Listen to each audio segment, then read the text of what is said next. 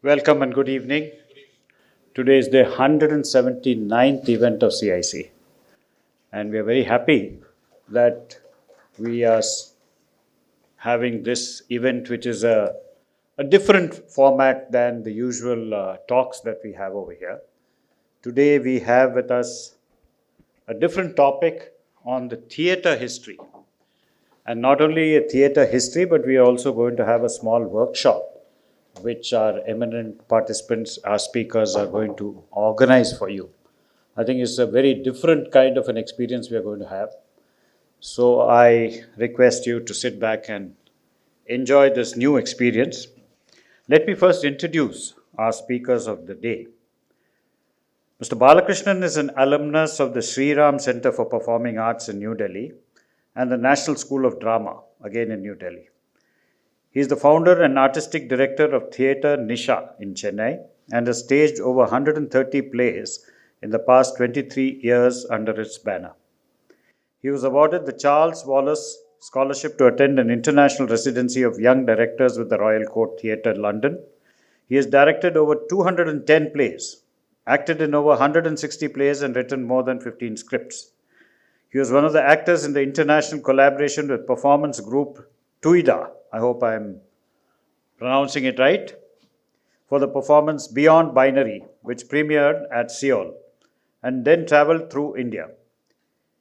He has also attended an international residency with them at Hwacheon in South Korea on Puppet as Body. In 2015, he was invited to be a TEDx speaker at the Bangalore Convention, where he spoke on how to build a character. In 2017, he was awarded the Fulbright Distinguished Award in Teaching and returned having completed a 4-month inquiry-based project from Indiana University. In 2018, the Rotary Club of East Madras conferred on him the Dronacharya Award for his contribution to theatre education. In 2019, he won the Hindu Playwright Award for his script Sordid and was chosen as a Fellow for the Arts for Good Fellowship 2019, organized by the Singapore International Foundation. In 2020, his play Arundhati was shortlisted for the Sultan Padamsee Award. In 2022, he was the joint winner of the Sultan Padamsee Award for playwriting for his play God's Will. 10 of his plays have been published by Zero Degree Publications and Dholi Books, and this year he has won the Being Association Samhita Manch 2023 for the English playwriting category, and is one of the 2 selected playwrights for Bhasha Center and Goethe Institutes at Brecht 2023. Welcome, Mr. Balakrishnan. Please join us on stage.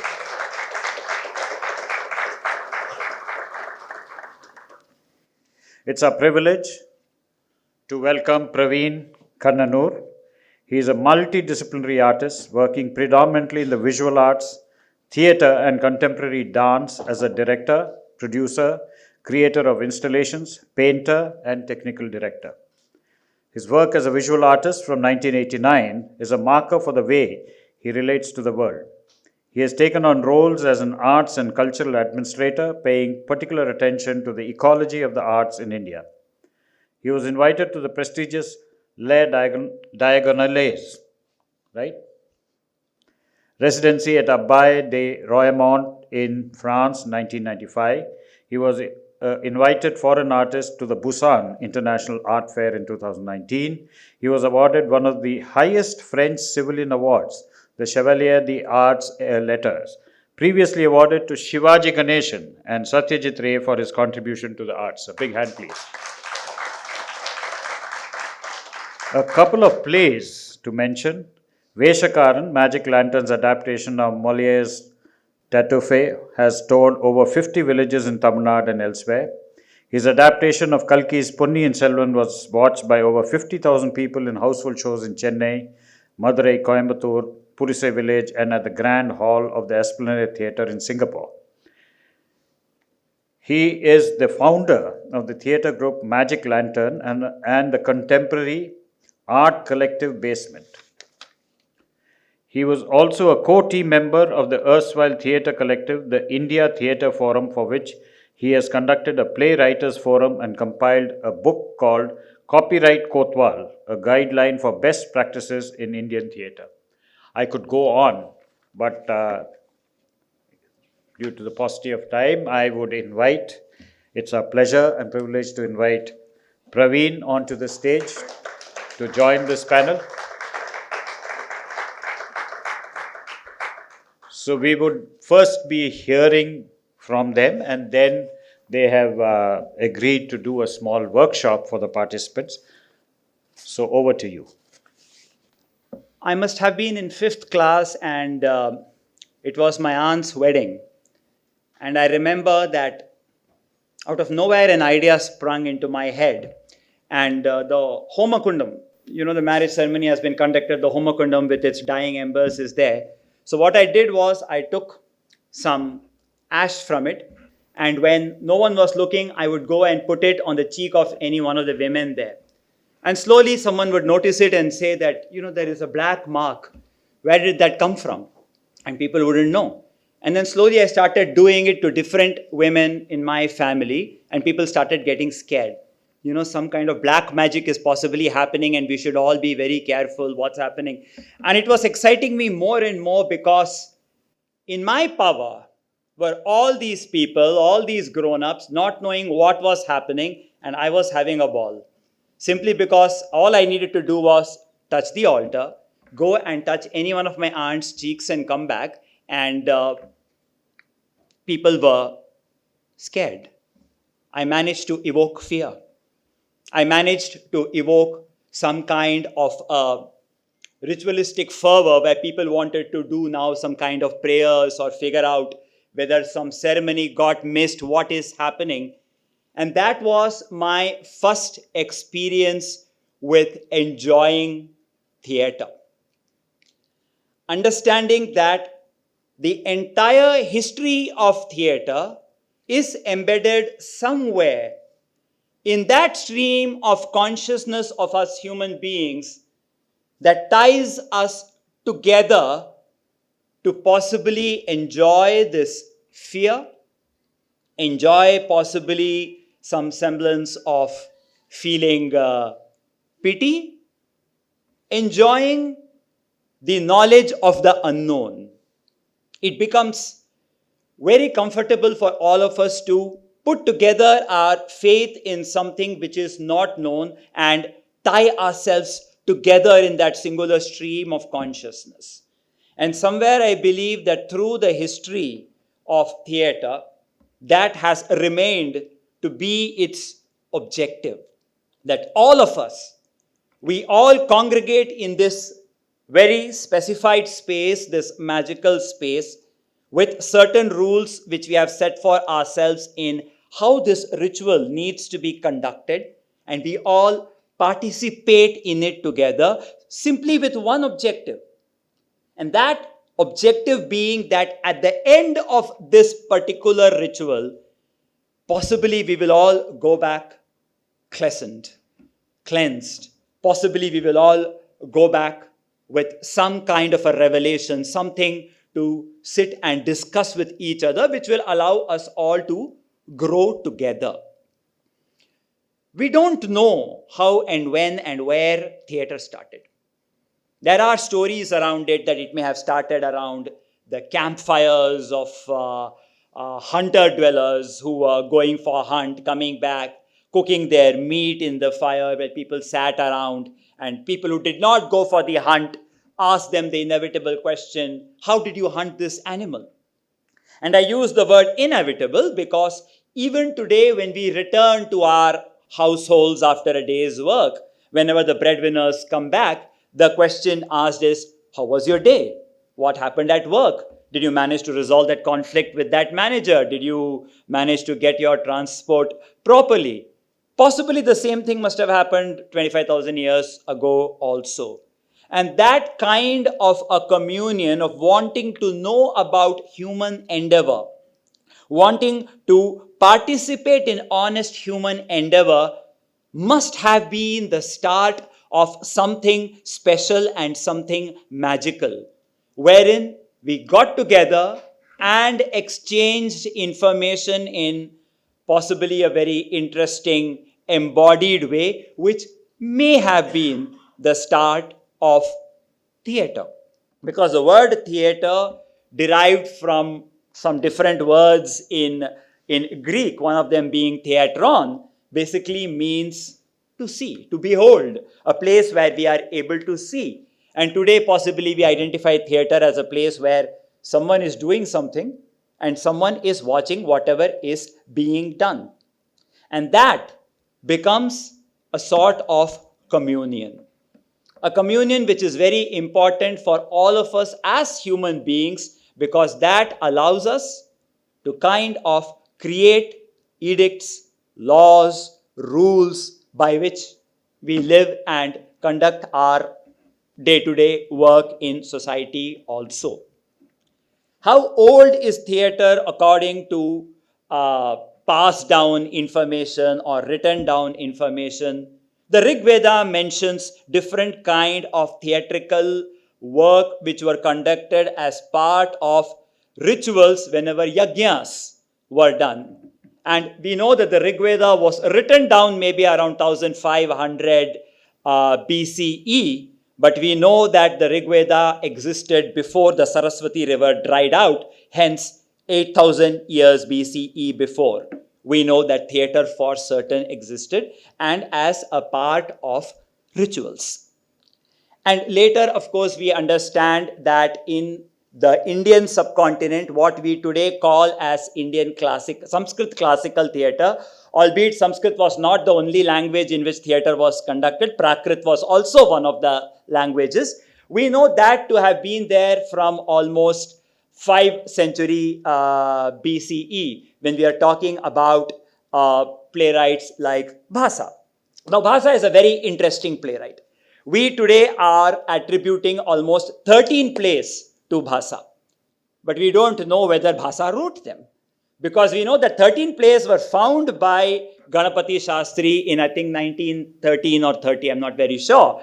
He found these plays, and one of those plays is Swapna Vaswadattam, and we know that Kalidasa mentions in one of his plays that Swapna Vaswadattam is such a great play, and I wish that I too, a modern writer, Kalidasa, could also be as great as the playwrights of yesteryears like Bhasa. So we know that someone called Bhasa existed who had written one play called Swapna Vaswadattam. Hence we say that these 13 plays may have been written by Bhasa. And around this time we are also looking at something called as the Natya Shastra. Although we know that it was only around 7th century is when we know of the Natya Shastra possibly in a written form. But there are playwrights who have mentioned it, talked about it, and the Natya Shastra mentions something which I find very interesting, that women were part of the theatre. That women did play a part in the theatre, albeit it was once again more for their physical attributes, whereas men were more there for their intellectual attributes. Not that it was very equitable and things were kosher, but women were part of it, which we don't see in many of the other ancient theatre practices. So the Natya Shastra, which is possibly one of the first books written on acting, and there's a very interesting story about theatre in it. It's a story, it is not history, which basically is about how the Devas decided to conduct this play in honor of Indra, the god of rains, and it was Sagara Manthana. And when Sagara Manthana was going to be played, the Asuras were very angry because they were being portrayed in a very bad light in this play. It's a modern day problem that we also confront in today's time. People get angry when they are being shown in a bad light in any piece of literature or in a movie. And apparently the Asuras attacked the Vikrishta Madhyama, they attacked the place where the play was being done. And Indra had to come down with a bamboo stick with which he had to fight the Asuras and beat them away. And that stick he planted in front of the auditorium to show his supremacy, or to show that this place is guarded by me, which is the concept of the Jarjara Sthapana, which is even today before a dance performance, if I'm not mistaken, the Jarjara Sthapana is something which is conducted. So the theatre history of the subcontinent is a very, very rich one. But what we do see is that post 10th century, suddenly there is a dearth of theatre, obviously due to the reasons of invasion, due to the reasons of the confluence of different other cultures, different other ethos and religions having submerged with the religion or with whatever was existing in the subcontinent earlier, and theatre suddenly kind of vanishes. It does exist in the villages where the folk arts are being propagated, but apart from that, we see that theatre somewhere has vanished. It's only around again the 18th, 19th century, by then the British, of course, have taken a very strong footing in the country, and they are looking at some kind of theatrical entertainment for themselves, and they import plays from England. And obviously, the first places where these auditoriums are built in order to accommodate those actors are port cities. So the Museum Theatre, which exists in Chennai today, is one of those auditoriums which was built by the British. Actors, players come from England, traveling by ship. They perform there. Indians look at these plays. Indians look at these plays by Shakespeare and many other playwrights, and they too are excited because they have this great rich heritage of classical theatre. They have so much of excellent playwrights who have existed. We know that like Nawabs like Wajid Ali Shah tried to revive with plays like Indra Sabha, etc. And at this time, they also want to do plays. And they have no other material to turn to but these plays which they are seeing or mythology. So they get together. They want to do plays, but where will the money come from? A lot of money is needed to do plays. And there is a group of very rich people in India at this time, the Parsis. And they agree to put money for these plays, and we have the start of what we identify as the Parsi theatre. And many of our first film actors came from these Parsi theatre. So they put in the money, and now plays are being written by playwrights like Agha Hashr Kashmiri and so many others, which are either tapered down versions, copied versions of plots of Western dramas being now written in Hindustani, and now they are being played to the Indian audience, and that is growing a lot in terms of people enjoying them, in terms of interest. And these plays were the first plays which also created the first movies as soon as talkies became a thing in India. So as these plays are being written, once again, one thing we have is that women are not allowed to participate in them. And all the players who are working in the Parsi theatre are expected to be good singers, good dancers, because everything is live. And apparently, the actor, as they would walk into the stage, they would signal to the harmonium player which note they were going to pick up. So if the actor walks into the stage and does something like this, it would mean that he wants this on the harmonium. And the harmonium master would, it's leg one, right? The harmonium master would immediately give him the note, and they would start singing on the spot. So there is one Parsi theatre play which is known as Rustam Sohrab. So in this play, Rustam Sohrab, there is a scene when the heroine, Gurdafrid, she's defending her fort against the attacker Sohrab. And Sohrab and Gurdafrid are fighting in the battlefield when Sohrab's sword hits the turban of Gurdafrid, who is disguised as a man when she is fighting on the battlefield. And the turban is thrown down and her hair cascades down. And as her hair cascades down, he looks at her, he drops his sword, and he bursts into a song. Udar तीर खींचे हुए वे खड़े हैं, इधर हम सीने को ताने खड़े हैं, etc. Now this particular visual of the heroine's hair going like that has stayed with us in our cinema till date. The first exposure of the heroine, whether she be coming from the bathroom, from the kitchen, in the railway station, is inevitably this.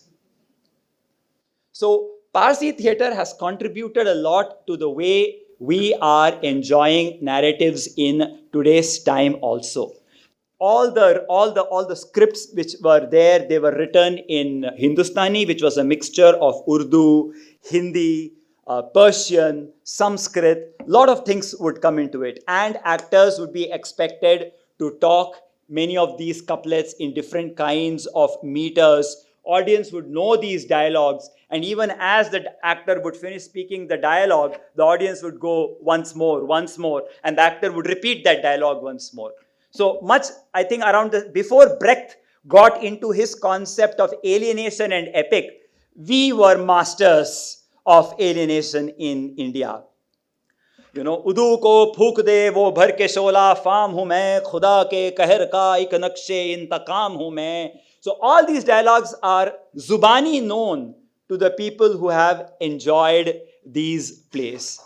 Parsi theatre was exploring either the plots which had been borrowed from the West, or they were from our myth. So you had Yahudi ki ladki, Rustam Sahrab, and then you had Veer Abhimanyu, etc. So in cinema today, when we are enjoying this shift in location, hero, heroine meet and then cut to Switzerland. That comes again from Parsi theatre, which was, even today in schools, when you are directing a play, they will ask, what do you want for your backdrop? This backdrop comes from Parsi theatre. So if we are in the court, the backdrop is that of a court. It's a painting. It's made by hand. And then it is drawn up to reveal the garden. It is drawn up to reveal the battlefield, and location would be changed. We know that in Elizabethan theatre, location change was shown by a young boy walking with a placard which would say Elsinore Castle or Dunsinane Woods or whatever. But this kind of an amalgamation of different kinds of art forms existed in this Parsi theatre concept.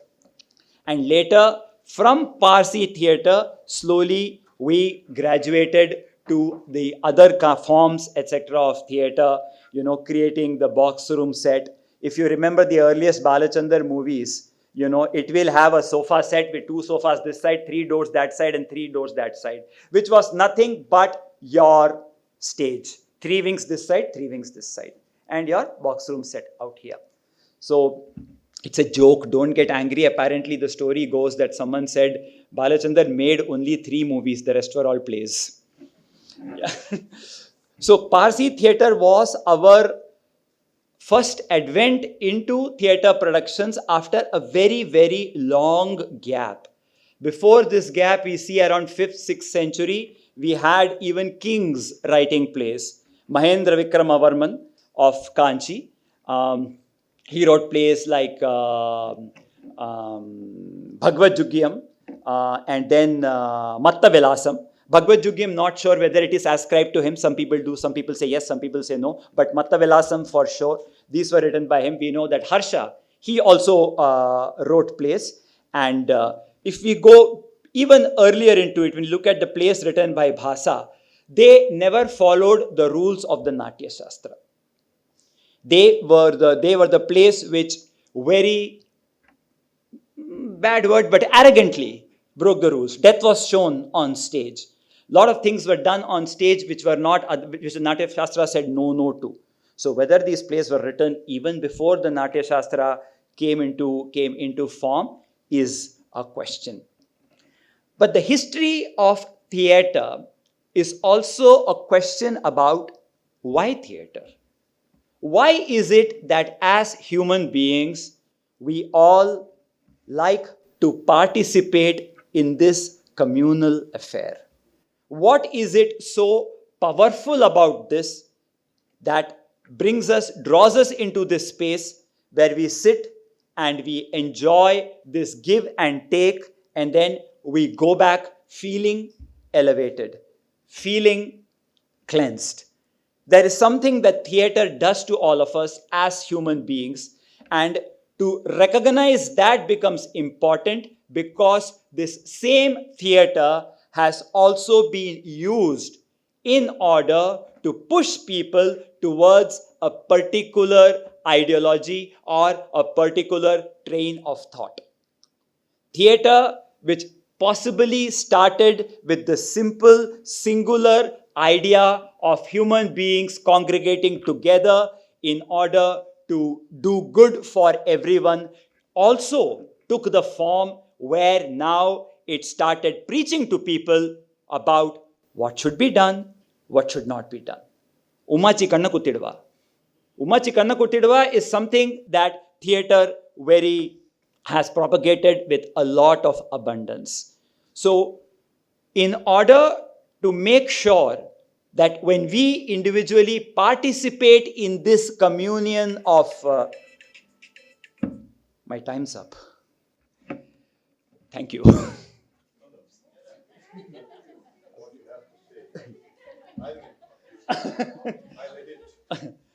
No, So you can cut short the workshop and then your talk is much more. I'm also excited to listen to Pravin.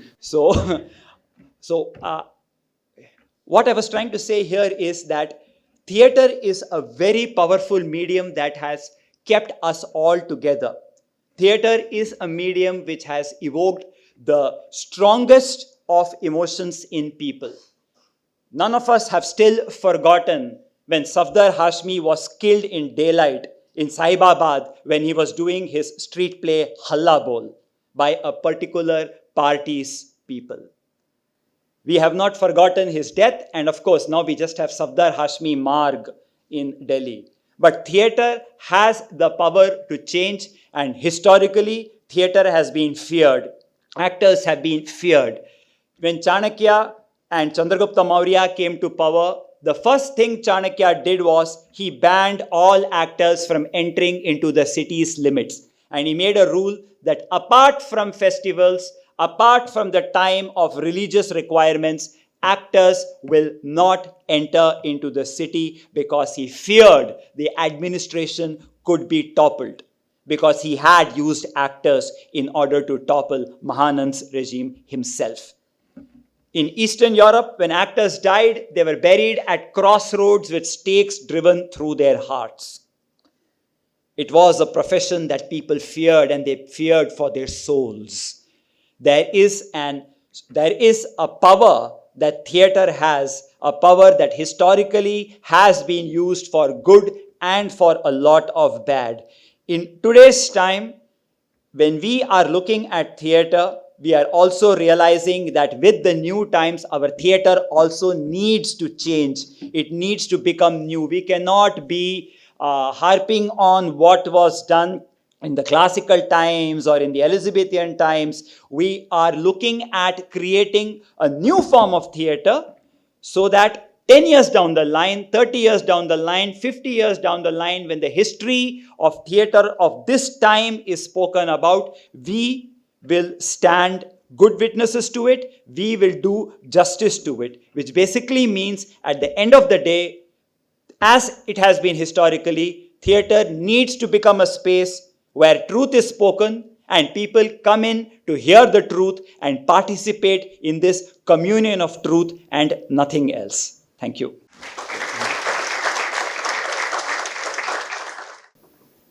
Thank you for that wonderful exposition, Bala. My own talk is not going to be as erudite, and I'm going to be a little more conjectural with what I have to say. And I shall also be reading out certain bits because my personal history is that I ramble sometimes, I get excited with ideas. Therefore, I shall sometimes read things out. But mainly, I'm looking at, the remit, so to speak, when Shabri asked me and Bala to talk, was that Bala would address certain parts of world theatre history and Indian theatre history, and I would talk a little more about theatre and community, because that's the part of history that sometimes excites me, to look at where theatre comes from, where does it spring from. So before I start talking, let me thank the Chennai International Center for this opportunity to speak. Thank you, sir. And thank you, Sabri, for thinking of us. So I will look at it a little bit analytically to start with. We look at the title of the talk, which says Deciphering. You can't read it very well, but Deciphering the Tapestry of Theatre History. And I like to break it down into those component parts. And you have the idea of deciphering, which is when something is not, something is not clearly visible, and something is not directly accessible, understandable. That is when you start deciphering something in order to discover what lays below. And I think the idea of tapestry, Bala, it's wonderful that you thought of tapestry for theatre, because in the waft and the weave of theatre, the weave of culture is so complex. There are so many threads that go into it of all hues and colors. Sometimes the mistake we make when we look at total history is that you think it's uniform and it's one thing, but there are so many threads, and if you start pulling out the threads and say, oh, this is not my history, this is somebody else's history, the whole thing falls apart. And tapestry is wonderful for that. I mean, it's a wonderful piece of art, but it's also something which is fragile, and it's something that talks to us about ourselves. And I think that's that's what excited me about this title that you suggested, because that idea of both resilience and fragility and complexity of what weaves us together. Of course, theatre, obviously it's Bala and me, so we'll talk a lot about theatre, and I'll come to that, but I'll come to that last. History, we always, commonly, we start viewing history as a record of the past events. And, certain things people given importance and significance, usually by historians who also are selective and interpret events in a certain way. And this can lead to a distorted or incomplete understanding of the past, precisely because you can't pick the threads that you want and then hope for the whole thing to stand. So lately, people are talking about global histories, local histories, individual histories, and saying that there is no one totalizing history, because history is always talked about by the rulers. And I'll come to it when you talk about a Shakespeare or a Kalidasa. Even in those, there are references to the government of the time, the ruler of the time, and that kind of hagiography always comes into history, into theatre. Now this morning, thinking about what I was going to speak about and talking about history, I came upon an interesting article which is from Zambia, and where archaeologists have found this piece of wood. Okay, it's a 300,000-year-old structure where two pieces of wood have been joined together. They imagine that it perhaps could have been used as a bridge. It was found on the riverbanks of what used to be a big river, and they imagined that it could have been a bridge which crossed over. Now, you're talking about something which predates the human being by 200,000 years. So in that sense, when you think about it, culture, the idea of culture itself predates what is called, human history, right? I think this, if I'm not mistaken, this article would talk about the Homo brandenburgensis, heidelbergensis, right? Homo heidelbergensis. So much earlier than Homo sapiens, right? We are a rich tapestry. We belong to all of that. I mean, while I stand before you here with, straight hair on my head, hair on my skin. I am not all Homo sapiens here. Straight hair is from the Neanderthals. You know, I'm part Neanderthal. Many of us are. So, you know, if you're not like completely crinkly haired and without hair on your skin, then you're not completely Homo sapiens. That only, you know, there are only certain tribes in Africa which are still, you know, 100% pure Homo sapiens. So that is how complex it is. And I can't pull out the genes and say, okay, I don't want this Neanderthal part. I'll fall apart. I won't exist. Uh, so, in that sense, when you look at where culture starts before human beings. In a way, you can say that culture shapes human beings. Culture has shaped human beings. So we evolved from stories. You know, Bala referred to, you know, perhaps a conjectural history where people spoke around the fire. But this exchange of stories, you know, where did I go and get that fruit from? Which tree is safe to eat from? All that, you know, which way you should not go, and which are the grains you should sow at which time. These things brought us together, and eventually this idea of a social fabric or tapestry appeared. You know, so this storytelling was a part. Like when you look at theater, it's a lot of storytelling. It's a sharing of information. Information is not always, you know, dry information like me talking about a piece of wood somewhere in Zambia. It's also emotional information, right? When you're talking about a battle, somebody who died during a hunt, or it's also emotional. So that part of information is also important to think about. Sorry, I'm blowing into this mic a little bit. So social structures evolved from storytelling, and from social structures evolved what we call human society now, and what became human beings. Theater, finally coming to that, it's an artistic form of communication, right? I mean, information, stories, emotions, spirituality, all this comes from comes into theater practice. Culture is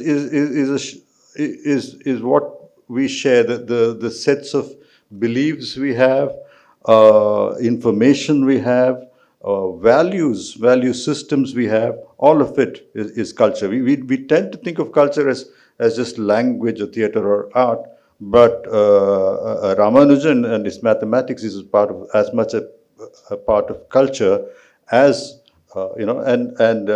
we've started looking at things in a very sectarian way, fragmented way, and say this is culture, this is theater, that is art, and this is science. But that's not how it always worked.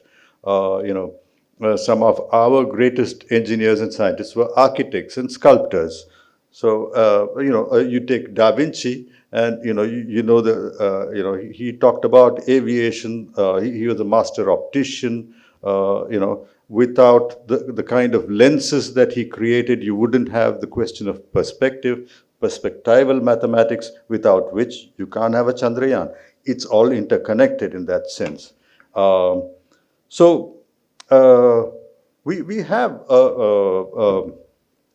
of course, the stories of the hunt and things like that exists in Tamil Nadu itself. We have, I think, in Tondamanur, which is near Tiruvannamalai, you have Mesolithic paintings where you see a hunter with an arrow and a bison or a deer. We don't know what it is, but so you already know that people had weapons, people had instruments, people had tools, people were thinking through things. This thing in Zambia, the piece of wood, it took many varied kind of instruments to make it, and the kind of joinery that it had was so complex. And what is important about it is that it had to be imagined that this is how it would work. Nothing of the sort existed before, you know. So the human beings started making things, changing their environment. You know, building a bridge across a river is changing the environment. We started that long back, before human beings. We have already started changing the environment. Uh, so you're going back to Tamil history, like you say Tamil, but it's not Tamil. But the history of Tamil Nadu, 10,000 BC. There's already art in the caves. Um, why even abstract figures? No, it's not just the hunt, and so we don't know. I mean, the level of complexity is immeasurable. While we were doing Ponniyin Selvan and talking about the Brihadishwara temple, people were trying to figure out how. There's this fantastic Indologist, a French Indologist called Pierre Pichard. There is, I don't know, there was, but Pierre Pichard wrote one of the best books on the Brihadishwara temple, and he mentions that the deviations from scale. So he derived scale from the existing building and said this would have been the scale model, and the deviation from scale of that temple was 0.001%. compared to the Empire State Building, which has a deviation from plan of 0.01. So people wondered, how did you do it? And apparently, we don't know. Again, it's a conjectural history because the records don't exist. But we had grains of rice, which we measured distances with, grown on a particular field, a particular kind of rice on a particular field, watered from a well, etc., etc., boiled in a particular pot to a particular, and so those complexities of history, of cultural history, is what we have lost, and which we need to somehow think again about, because those things need to be shared. Of course, you talk about the Sanskrit theatre, and one of the first, what's now considered a cultural patrimony and cultural heritage is the Chakyar Kuthu, which is Kudiyatam in Kerala, and I'll speak about it very briefly. I'm not an expert at it at all. But what is important to know was that was a community of people who were allotted land to till and allowed to do just this, theatre, right? And the royalty of that time gave them so theatre arose from a need from the community, and it was a community-supported endeavor. Of course, you talked about Mahendra Varman, and we look at what at Mahabalipuram, which is close by, close enough for us to look at some of the stories you can see there. That again is an example of public spending on art, culture, theatre, even those spaces. So you see that culture is also a part of statecraft. It's presenting yourself. It's presenting a people towards the world. It's not for internal consumption alone.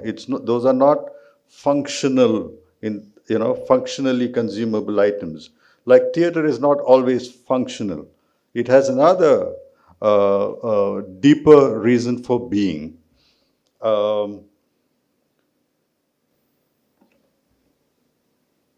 I had one opportunity. I didn't pursue theatre studies like Bala did at NSD, though I was briefly at a theatre school, but that's another story. I started off as a zoologist, and then I segued into art, painting, abstraction, theatre, and before I knew it, by the time I had finished college, I had directed a couple of plays. I got a scholarship to go to France and study at the theatre in Strasbourg.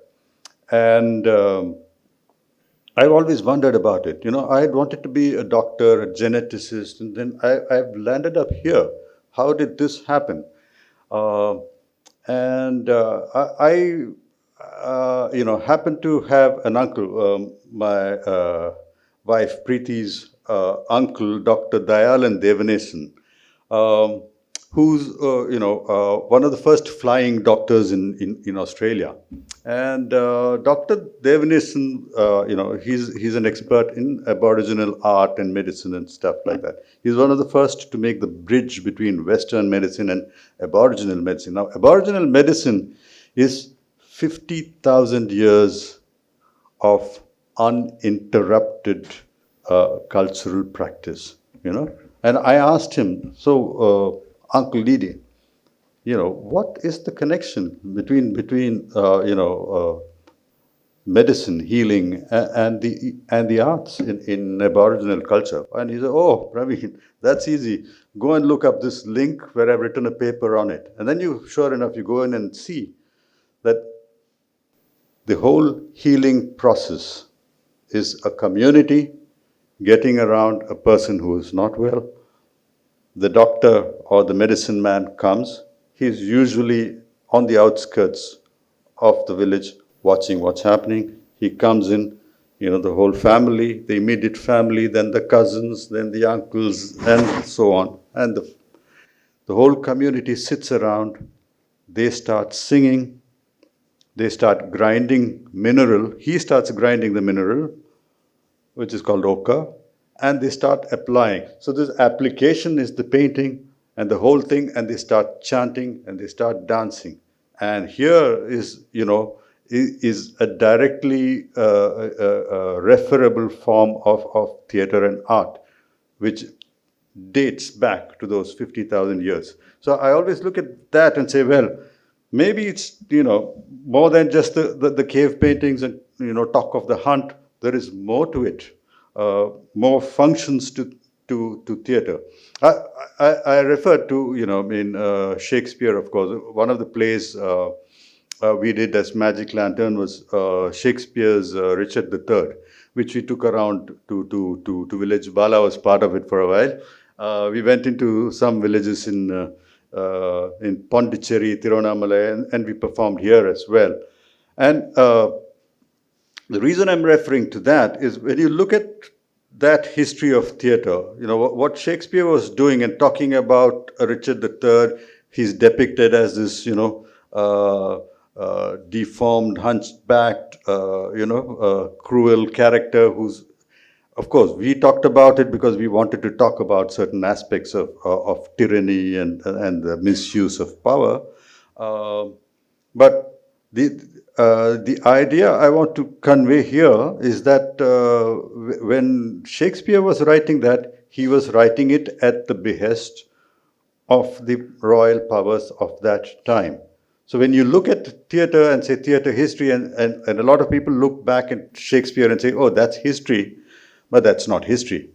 It's a depiction of history, as is all history. Now, when you look at it, most history that you read is a depicted history from one side or the other, with certain slants. Similarly, the other big play that we toured around in 30, 40 villages is Molière's Tartuffe. And Tartuffe is about this, this fake god man and how this family gets duped by him. It's a comedy with Pasupati playing the famous con man. So we took this around. Now, the reason Molière used it at that point of time, when he wrote it in the 17th century, he was talking about a certain problem he had with the Jansenists, between the Jansenists and the Jesuits at that point of time. So theatre, like Bala was mentioning, we've always been part of the community. What the community wanted to discuss always came through in these scripts. And then, of course, they were contested, and there would be other versions of it. And that continues to be, so we can't look at one global history, but you have to look at it locally and say each place had a particular way, each person had a way of looking at it, slanting it, but it was a forum for exchange. Um, uh, Bala used that word, theatros, which is the Greek word of seeing, which is an interesting concept. I mean, conceptually, I would like you to look at our idea also, because we have this idea of darshan, okay?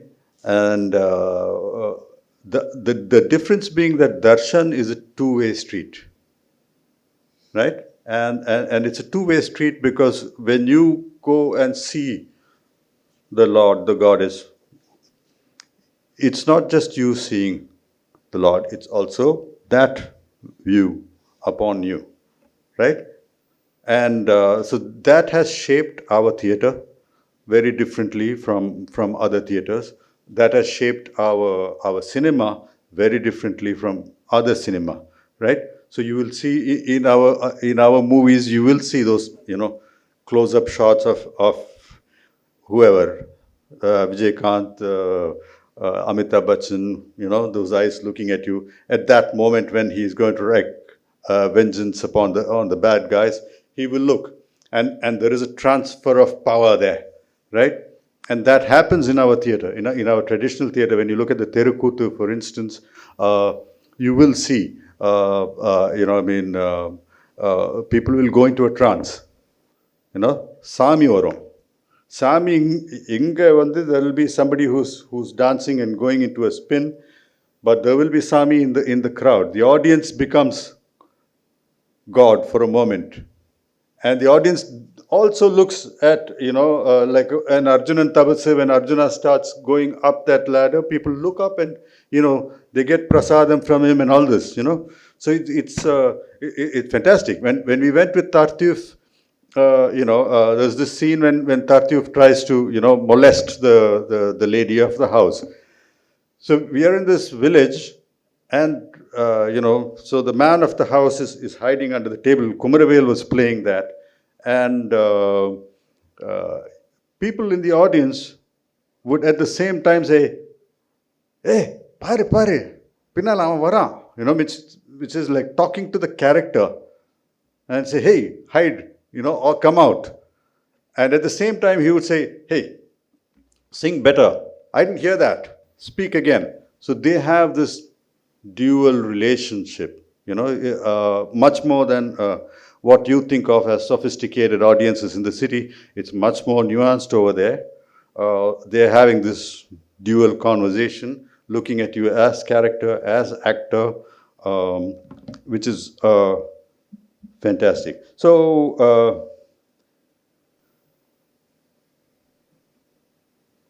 the Purisai group where we stayed and where we did Veshakaran, from we talked about Terukuthu and this idea of darshan. The Purisai village it's an interesting village in itself, because Terukuthu came there maybe 150 years back. It was an agraharam. And, so it's a place of Vaishnavite education, right?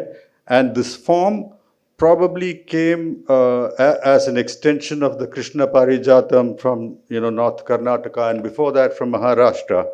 So that is one, one thread which you can't unravel beyond a certain point. And that village is fantastic. So when you have the Mahabharatam there, the daytime, you have the temple outside, the what is the Amman temple called? Draupadi Amman Koil. Yeah. So the Draupadi Amman Koil is, and it's in the premises that it happens. But during the day, there's this whole talk, which is about dharma and what one should do, and and then in the evening, when you have the Kute, all those things which were talked about in the morning will come out, except that Terukuthu has a breadth of improvisation, right? It's so formal in a way that you cannot talk about it as just a folk form. But on the other hand, it has that much breadth of improvisation. So when the Katyakaran or the narrator comes in, the story can go in any direction, and he will directly talk about what's happening on that day.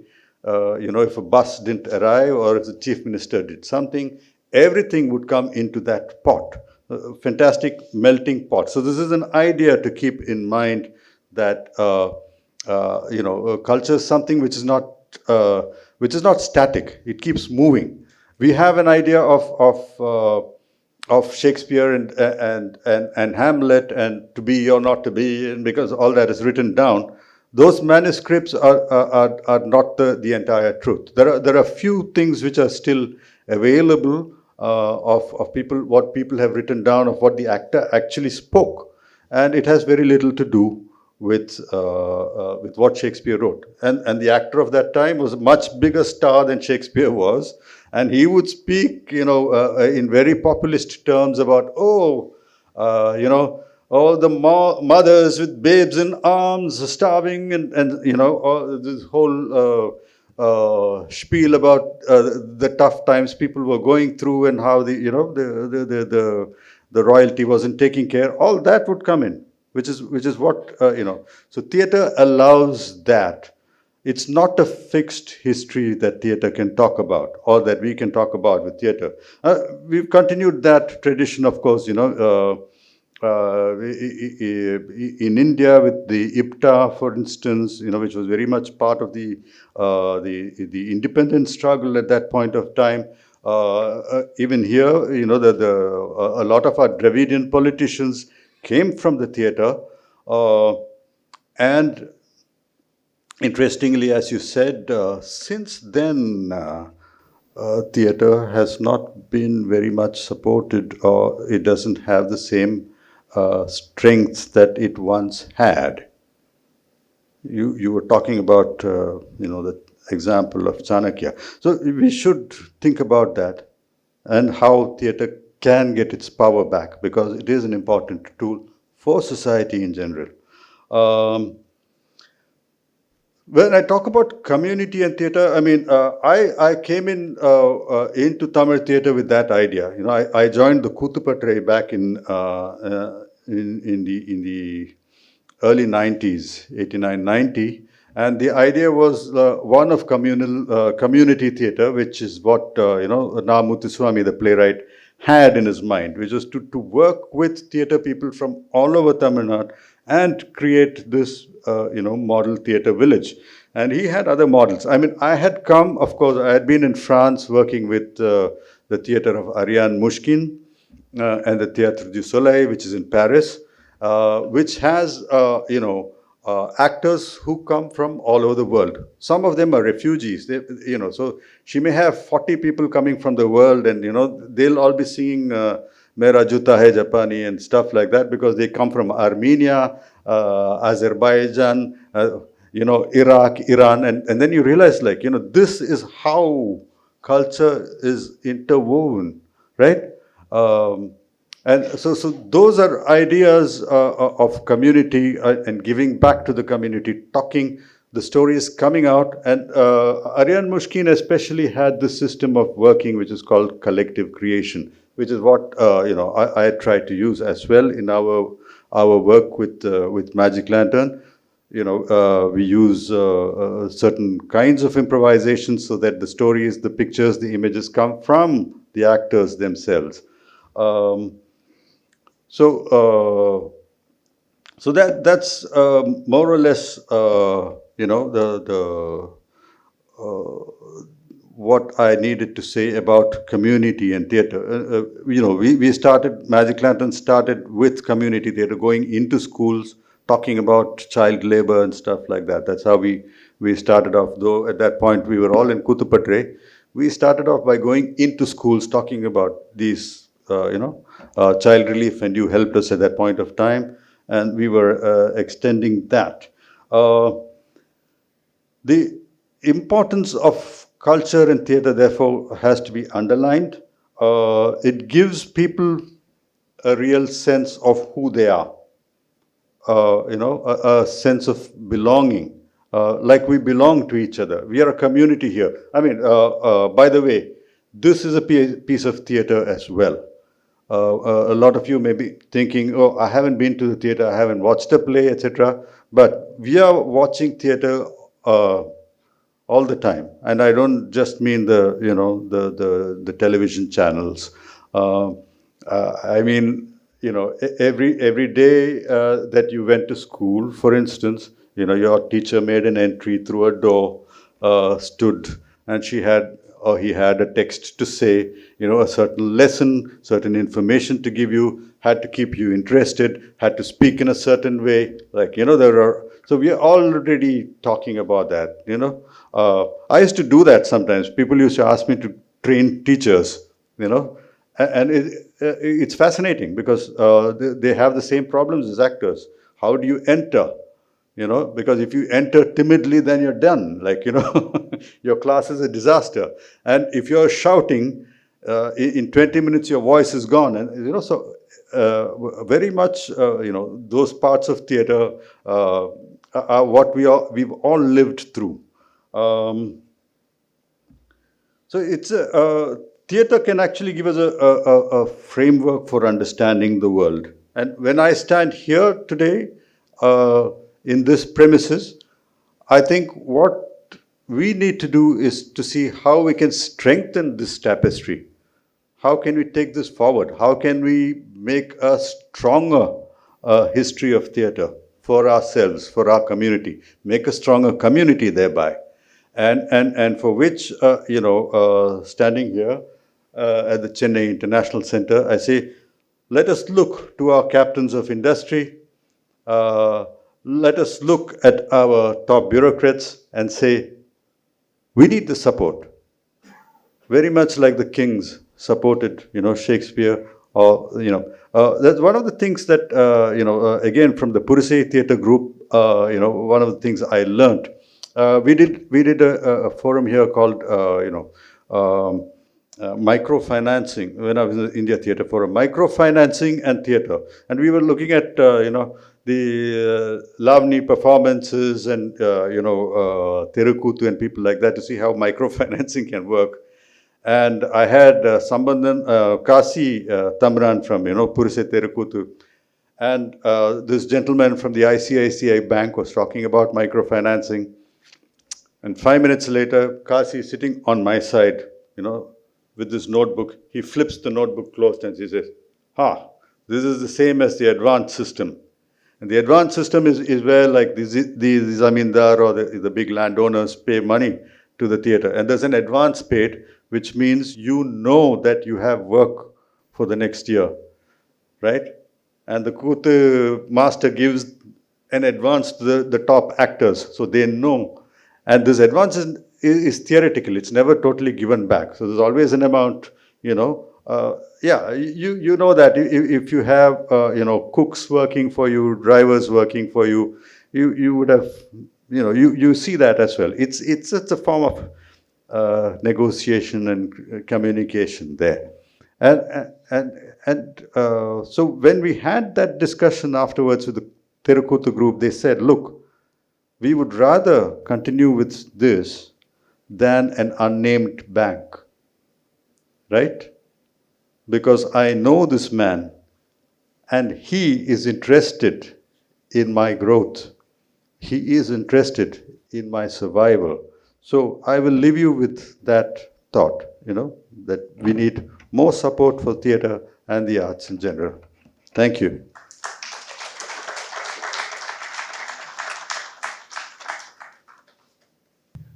And can you say a few things about the Nautanki part of the theatre genre? Nautanki is a folk form, and once again, there are very specific meters in which their dialogues and their songs are written, and they too take a lot from traditional stories or mythology. Like Savitri Satyavan is a very famous Nautanki, and in recent times, what has unfortunately happened is that these Nautankis have now started catering to so-called modern taste. So they are representing a lot of cinematic stuff, cinematic songs, There is more bodiness which has slipped in. Apart from that, Nautanki as a form by itself was a community creator. The stories which were talked about always had some kind of an, I wouldn't say message, but some kind of an empowerment thing attached to it. Especially, I mean, my mind is once again going back to Savitri Satyavan's story, because in terms of talking about, like Savitri talks about how, I'll just try to remember it. Yeah, Satyavan tells her, बेच लकड़ी हमेशा करूँ गुजर, मुझ महादीन के गीत गावो मती, किसी भूपति की करो तुम जुस्तजू, प्यारी स्नेह मुझसे इतना बढ़ाओ मती. So this kind of modern interpretations were being done, and this was something which the community participated in together. Like I was mentioning earlier, people could sing these songs. Before the before the actor catches the pitch, the audience could have started. But in modern times, we see that this love for folk, tradition, mythological stories, that is kind of somewhere diluting, and the so-called modernity has slipped in, and people want more, faster beats. They want some kind of representation of what is happening in Bollywood, that kind of thing. So the word Nautanki itself in today's time is meaning something very different from what it used to mean, I would say, even in the 80s. Is there, interestingly, I remember that Saint Tyagaraja used to, was invited to sing in praise of the Maharaja of that time called King Sarfoji, but he declined because he was more devoted to Rama than Sarfoji. But I want to know, and there is also a controversy around Shakespeare, that Shakespeare was a woman, and he borrowed ideas from people around him to make plays. But is there any scope for musical drama? Like, for example, Krishna's Kalinga Nardana, which my friend, while driving in a car, we were watching around it. Srimati Aruna Sairam has sung it, and one more, two children have sung it. Is there any scope for musical drama, wherein drama is revolving around music, around raga? But when we are looking at, when you say Shakespeare, we also know that even if you take the story of Macbeth, and where we know that Banquo is shown to be a good person. Banquo is shown to be a good person and Macbeth is the bad person. There is a reason for it. Because if I'm not mistaken, the Plantagenet line from which even their now royalty is derived, they have Banquo as one of their ancestors. So if the truth was shown that Banquo and Macbeth actually conspired together to kill Duncan, that would look a little bad on the royalty of that time, of Elizabethan time. So Shakespeare did change it in order to cater to whatever was the political system of that time. Even all the Sanskrit classical plays which used to end with the Bharatavakyam, it was always addressed to the king. That you please take care of us, you please make sure that everything goes well in your land, may there be rains, peace and prosperity. That was happening. And all the plays which are being done in the subcontinent in the earlier times and much later, and possibly even today, music has been an integral part of it always. And we do have in our audience Dr. Gauri Ramnarayan, and I think an exponent of musical plays and someone who has done so much of interesting work with theatre and theatre music, Rangitam, etc. So I think it has always been an integral part, and whatever is going to happen is going to be in terms of growth and more innovation, and not that it has not been there ever. Yeah, in fact, if you go into the rural areas and perform theatre, they will ask for music. They want you to have a certain sung component to it, which is, for Magic Lantern, that was one of the learning curves. When we went and we started performing, we didn't have that much singing. We were using texts, and then people would come and say, "But how come there's no singing? Where's all there was music, but they required singing. And then that's how we started working more with music, and that's how finally Ponniyin Selvan happened as well. Sir, thank you so much for your talk, for both your talks. It was lovely. I've got a general question to both of you, and I would like to know both your perspectives. So, as an upcoming theatre group, we always find it very hard getting sponsors to get producers for theatre. Theatre needs funds, but we don't see a lot of people coming forward and doing it. So, just because of that, even if you dream of doing, say, 5, 6 shows a year, you're not able to. And the only way theatre survives, at least amongst us, is us constantly performing. We collect funds and we probably do a big production. So whatever you earn goes back into theatre, but for people to survive in theatre, it has become pretty difficult. I mean, I don't think somebody can just depend on theatre and say, okay, my day-to-day job is going to be theatre, let me survive with theatre. And the next question for me, sir, is how do you bring an audience for your shows? Because with what I've seen, people for cinema, they go on big numbers. But even with theatre, you do constant promotions. At the end of the day, people who come are the family and friends of the cast and crew. And I would say bare minimum people are the audience who step into an auditorium to come watch you perform. So, in your experience, so how have you tackled this? Okay, it's a complex question, and there are no direct answers. But I think one of the first things we should all understand is theatre and the arts in general. Of course, we hear about certain paintings selling for X crores, etc. It's very rare. Art, theatre, culture in general does not pay for itself. And that's an understanding a lot of, which is why we always depended on patronage. Now, for this kind of thing to happen, you need certain policy changes happening. It has to be looked upon once again as part of the nation building exercise. One of the great examples, which I had the fortune of working with the French theatre groups.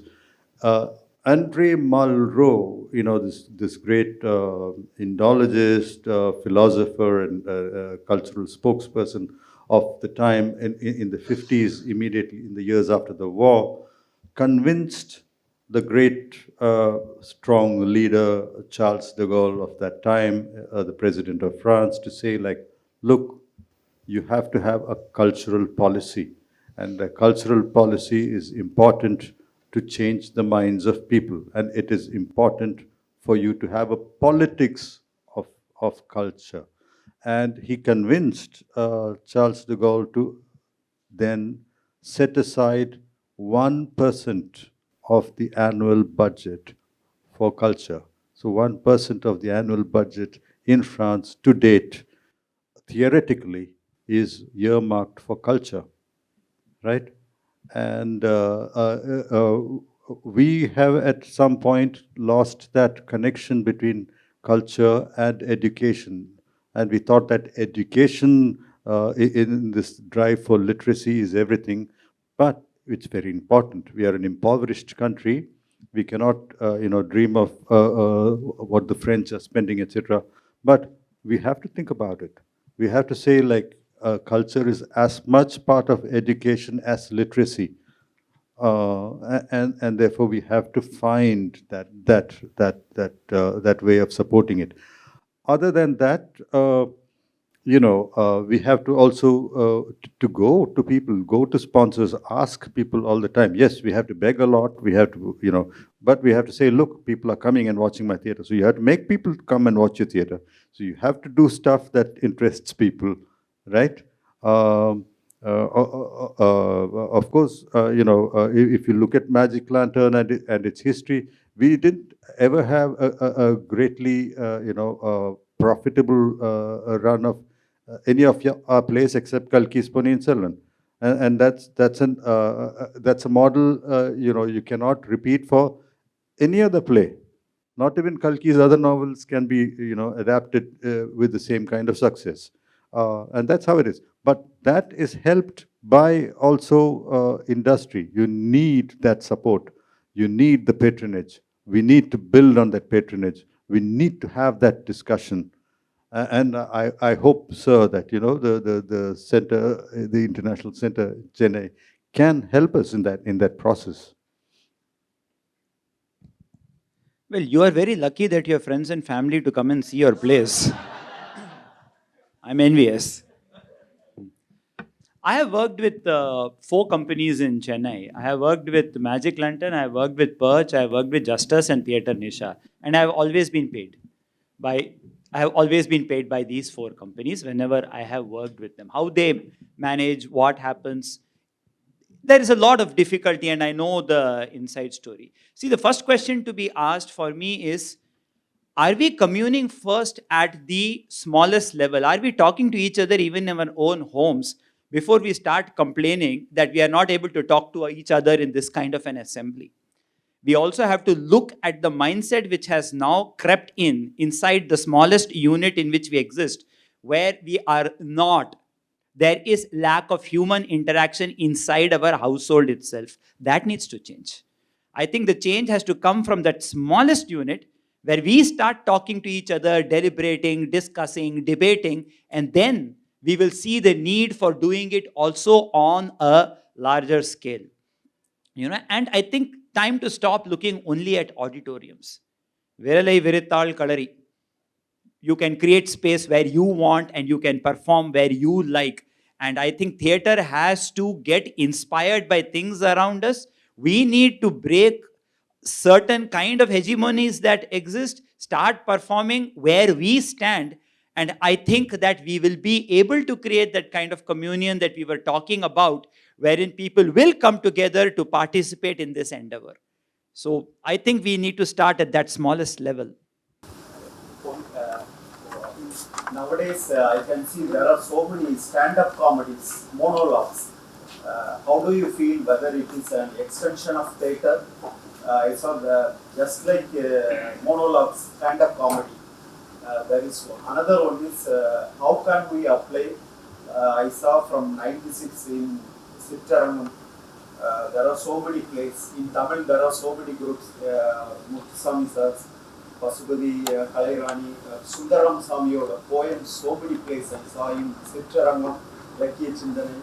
But nowadays, there are so many commercial elements are there in Tamil theatre. I don't find very, except Kuttupattai and Veli Rangarajan sir. Why such things are there? And third, first one is stand-up comedy. Second is lot of English plays and Tamil plays, regional plays. There is no adaptation of literature in Tamil. Third one is how can we apply these modern theatrical elements in our day-to-day life. How far theatre can be useful in our day-to-day life. You said that very interesting point. Mr. Pravin told some aboriginal medicinal man concept. I feel very. He said it can be a healing technique from the age-old Aboriginal people, Australian. They can be. It can be used as a healing for the wounded people. How can we apply that theatre element in our day-to-day life? Is there any troops are there? I saw some Father Sarkar's very old play. Is there any group like theatre for healing, theatre for oppression, something like that? Can you first stand-up comedians? Yeah, of course. There is nothing for us to I mean, we needn't welcome or ostracize or anything. It's happening. And obviously there are big audiences for it. Not for everybody. You have to be a good stand-up comedian for you to, and obviously they make people laugh. And the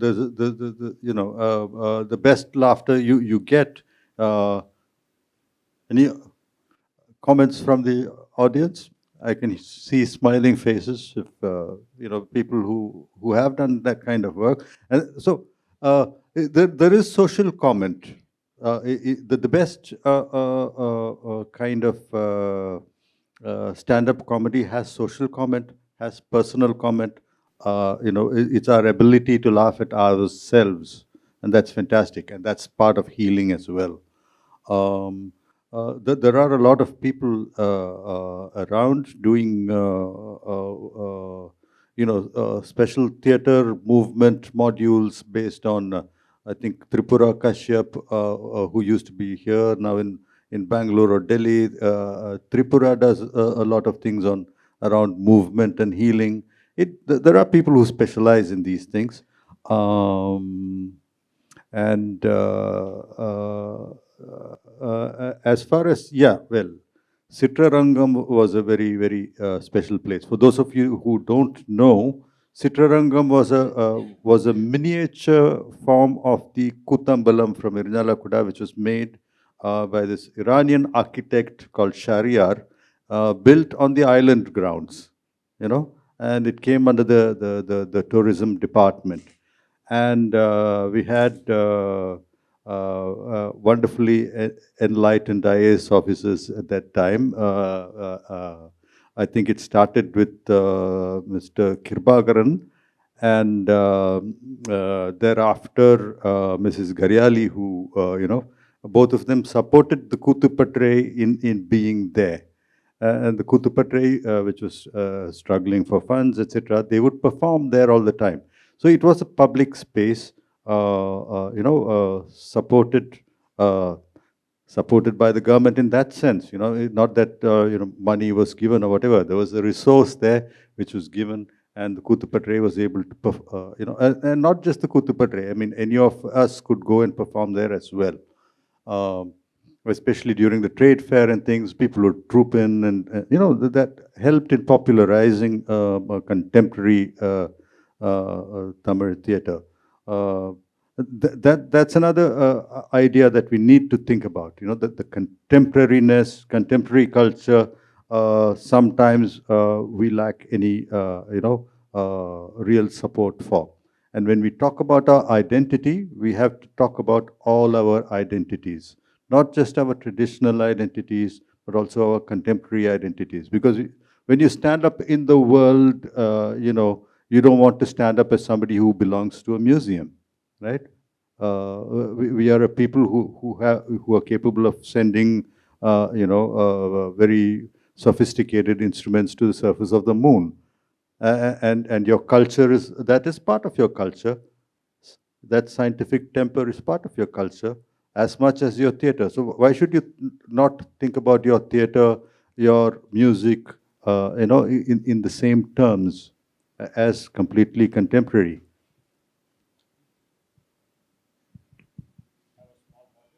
Bala, do you want to start with a small module for a workshop? We'll need to clear the space a little bit, perhaps, and then we can, or we could do something. So, so we thought we'd just engage some of us in a few theatre activities or games. So we would like, say, 10 of you to come up on stage. So where are my 10 people? I have 1, 2. Come. 3, 4, 5, 1, 2, 3, 6, 7, 8.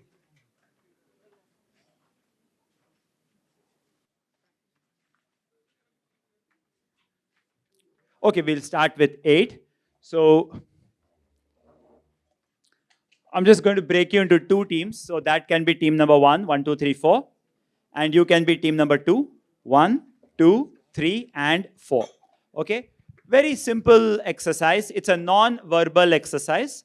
So none of us are going to be talking. There is no discussion involved in this. Okay? The second rule for this exercise is there are no directors or leaders. You have to do it together. Exercise is very simple. I'm going to give you a topic. I'm going to back count from 10.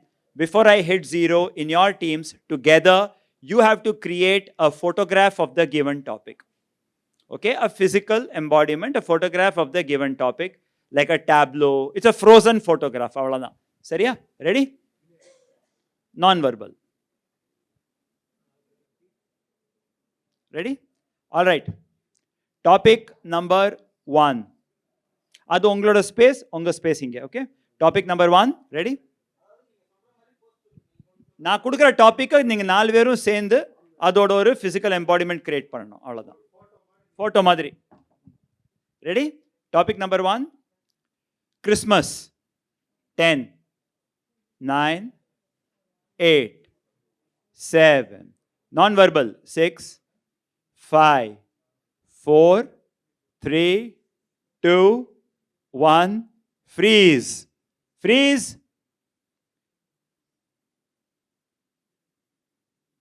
Okay, nice. We have Santa Claus this side and we have the tree that side. Interesting. All right, next topic. 2 Santa Clauses. Periya Christmas. Ready? Next topic. Political rally. Arasiyal Kutani. 10, 9, 8, 7, 6, 5, 4, 3, 2, 1. Freeze. Next topic. South Indian wedding. 10, 9, 8, 7, 6, 5, 4, 3, 2, 1. Freeze.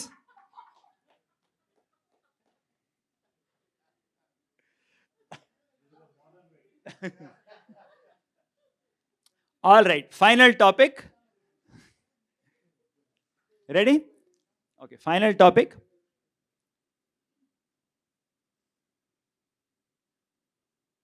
Crime against women. 10, 9, 8, non-verbal, no directions. 6, 5, 4, 3, 2, 1. Freeze.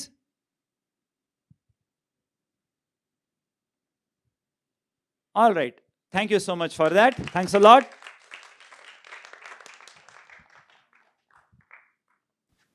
Okay. I need just one of you to stay back, right? What I need you to do is come in from that door, walk across, and go out of that door. That's. Thank you. You can come back. Thank you. You can come. ஒன்றும் பண்ண தேவையில்லை. So it's for you, but it's also more for the audience. I mean, this is I'm drawing directly from Mr. Peter Brook himself, right? And so Peter Brook has this idea of the empty space and what theatre is, and this is what you witness. And he says the moment there is a space and somebody crosses that space, there is theatre, right? Now, theatre is in the eye of the beholder as much, and theatre completes itself in the beholder, right? The strength of theatre is that the interpretation is done by you. Each of you sees something else, right? So now you watched a person walk across. In that walking across, you have a lot of stories. Who is this person walking across? Which body is this? What history does that body hold? Right? You are seeing a clear, representation of a certain South Indian body walking across with a stage, a space which is quite contemporary in a way. There's a projection at the back and etc. So already a story starts to appear. And as he walks, something happens. 2 other people exit and he's, and there's a smile that appears. Should I walk? Should I stop? And the stories start appearing immediately. So it's as simple as that. I have a couple of exercises. I can't be captured, dead or alive. So this is a little exercise. I need now. You can come here and you can join again, but I need 4 people to just walk. And you're going to walk from here. Can we get 4 people? Yeah. You can be right here. Okay. Mr. Sabri, can we have the first image? And can we have it full screen, if you don't mind? So, can you, 2 more people? Yeah, sure. So, it's again an exercise for the people there. Do come, of course. For both the audience and the participant, right? You are walking. So I'm giving you a very short instruction, which is that you recognize that building. It's the Buckingham Palace. Okay? Can we just stick on to that? One image at a time. I will tell you when to shift. You don't have to do anything but that one. But full screen if possible. So let us imagine that you are walking towards the,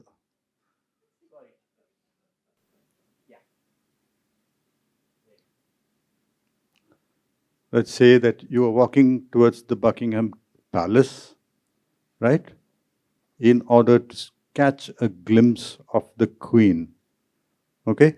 So, all I'm asking you to do is walk from here to there and then come back.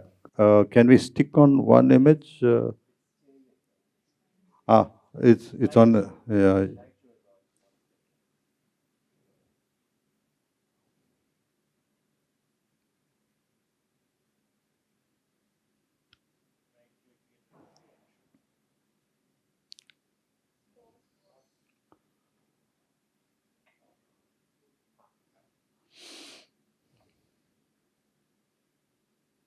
That's it.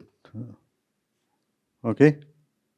So you're walking to the Buckingham Palace to catch a glimpse of the Queen. So all the way, the gates are there. So you walk all the way to the gate.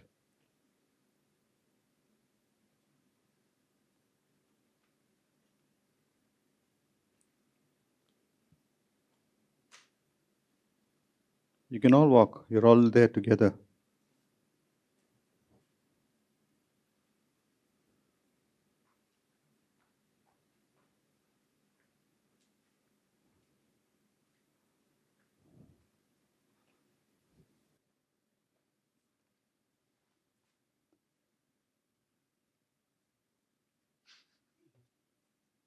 Right. And now you have got a glimpse of the Queen, okay? And you're happy and you're walking back where you started.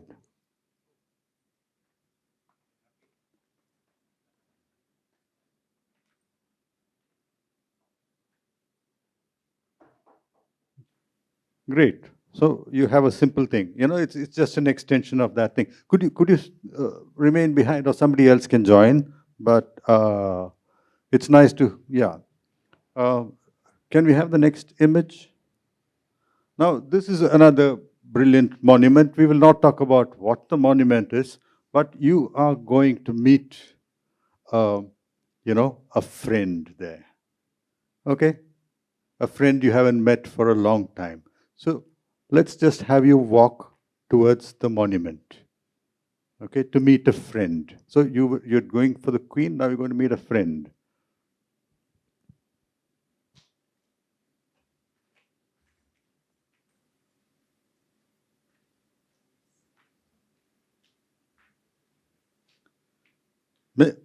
Maybe that friend is right next to you just now. Or is, yeah.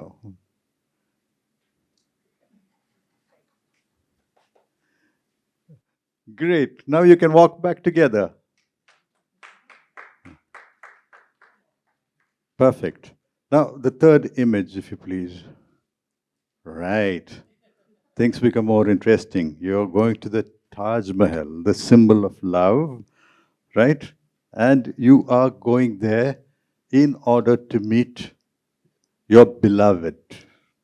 who you may not have met in many years also, or you just met this morning and you decided to go to the Taj Mahal. Okay? So, can we have that? Just walk. I don't need you to do anything.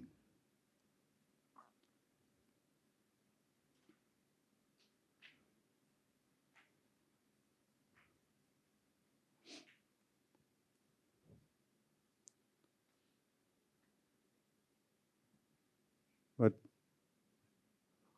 your beloved is not there, did not turn up, and you're going back. You're going back. ஆமா அவருக்கு அது புரியல பரவாயில்ல அதுவும் நாடகம்தான் misunderstanding is also theatre. So the final image, but it won't be the final. So this is the Jallianwala Bagh. Okay? This is the Jallianwala Bagh, the day after the massacre. Right. Now, I am asking you to walk towards it, to look for a friend, a parent, a child who has not come back home. You are walking towards that space where General Dyer's army has opened fire and killed.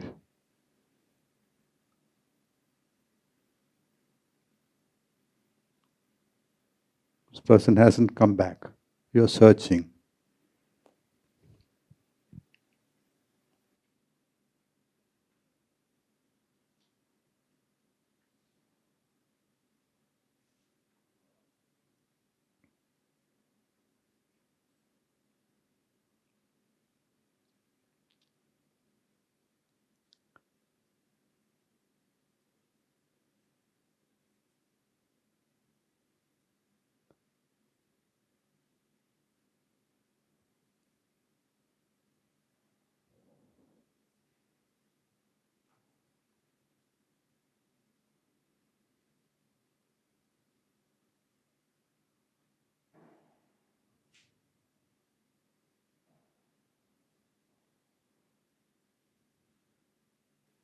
All right, you didn't find anyone and you're walking back.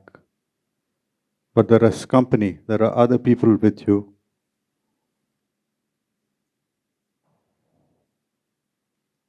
Right. Can we go back to the first image? Now, you're going back to that same Buckingham Palace. Right? You have just been to Jallianwala Bagh. Now you're walking back to Buckingham Palace.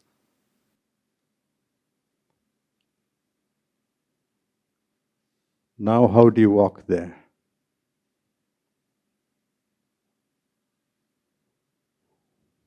Walk.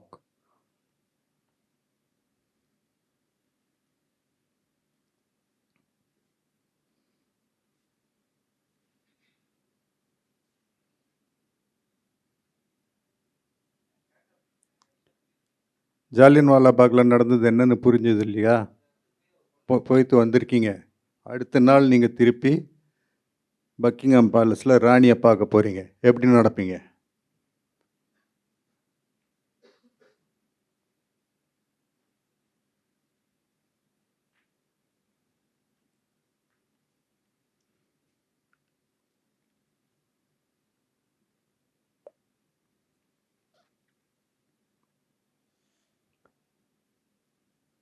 But she doesn't turn up, and you walk back.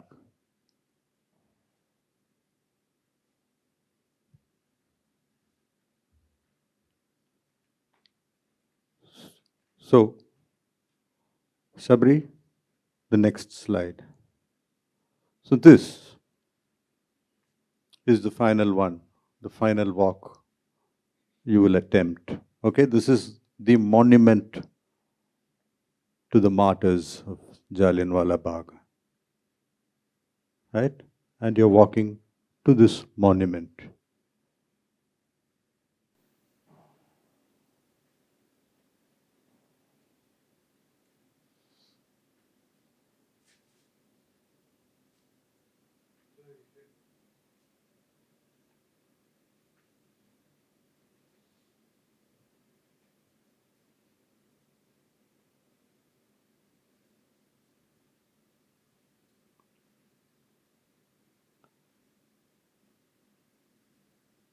Thank you. Yeah, I mean, is there anything you want to talk about? There was a moment where I thought I didn't feel like walking, but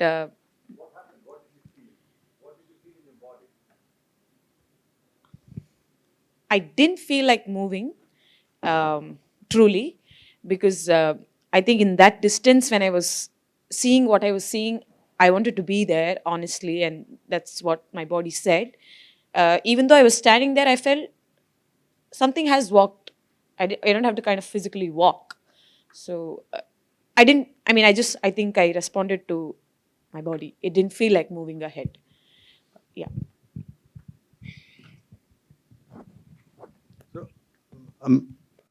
I'm not going to embroider on this too much, but because everything is visible for you already. But the couple of short ideas of theater that I wanted to share with you. One is that imagination, the image, is always outside. It's not, as you know, people talk about creativity as something which happens inside your head. No, it's outside. And the second thing is that all this theater arises from what is already inscribed in our bodies.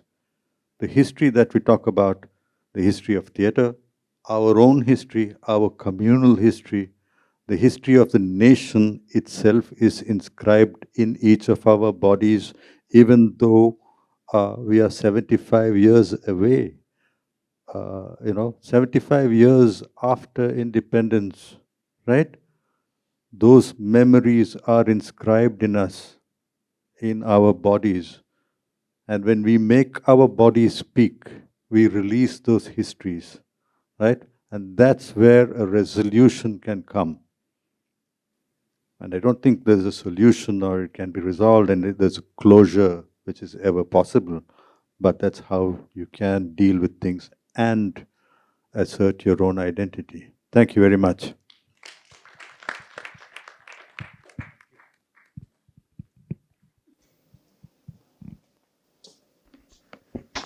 Thank you very much. I don't think I have words to describe today's experience. It's been an immersive experience, and there was a time when there was a very vibrant culture of drama here. I remember as students we used to go and see Manohar's plays, where elephants would come onto the stage and there would be rain and thunder and lightning, and things were magical. Then there was those political satires of Cho, where we used to go and look for what is today's dialogue going to be and what is the take going to be. And by the way, we had Mr. Punalingam here, who was the special officer of the corporation, and we used Kurtu Patre when it was starting off to do street plays to convey health messages in the slums of Chennai. So we have exactly. And I had the privilege of working under him in the health sector. So we have used Kutupatre in our governmental work too. Now, coming back to what the CIC is intending to do, we're going to put up our own facility with a 250-seater. And we hope to foster culture and local art forms. We did have V.R. Devika here in one previous occasion where she talked about all these Bharata Saptah, which is happening all over 300 villages around Tamil Nadu. So we would like to bring those artists, bring them, give them exposure. We would also like to give exposure to local groups in the city. So that is still way down. Maybe next year, inshallah, we'll be there. So we hope that we would bring back some of that magic which we used to experience not very long ago. So thank you very much for this experience, and we hope to have you back maybe in some other event of ours, and maybe take it to the colleges and schools. We also have a separate track for colleges and schools, and we did have one of the schools over here, and they, I'm sure, would be interested in conducting full-fledged workshops in their school. So we would be happy to, take you to the schools and colleges too. So we'll have Shabri to. We also have a theatre person, Sabri, as our head of events, so I'm sure he'll reach out to all of you to get your support and what we do at CIC. So thank you very much, and thank you for staying back. Normally our audiences start, thinning out at 7:30, 6 to 7:30, and then they start fidgeting. So thanks for staying back and enjoying this immersive session. See you next time. Would you like to make some announcement about the next event?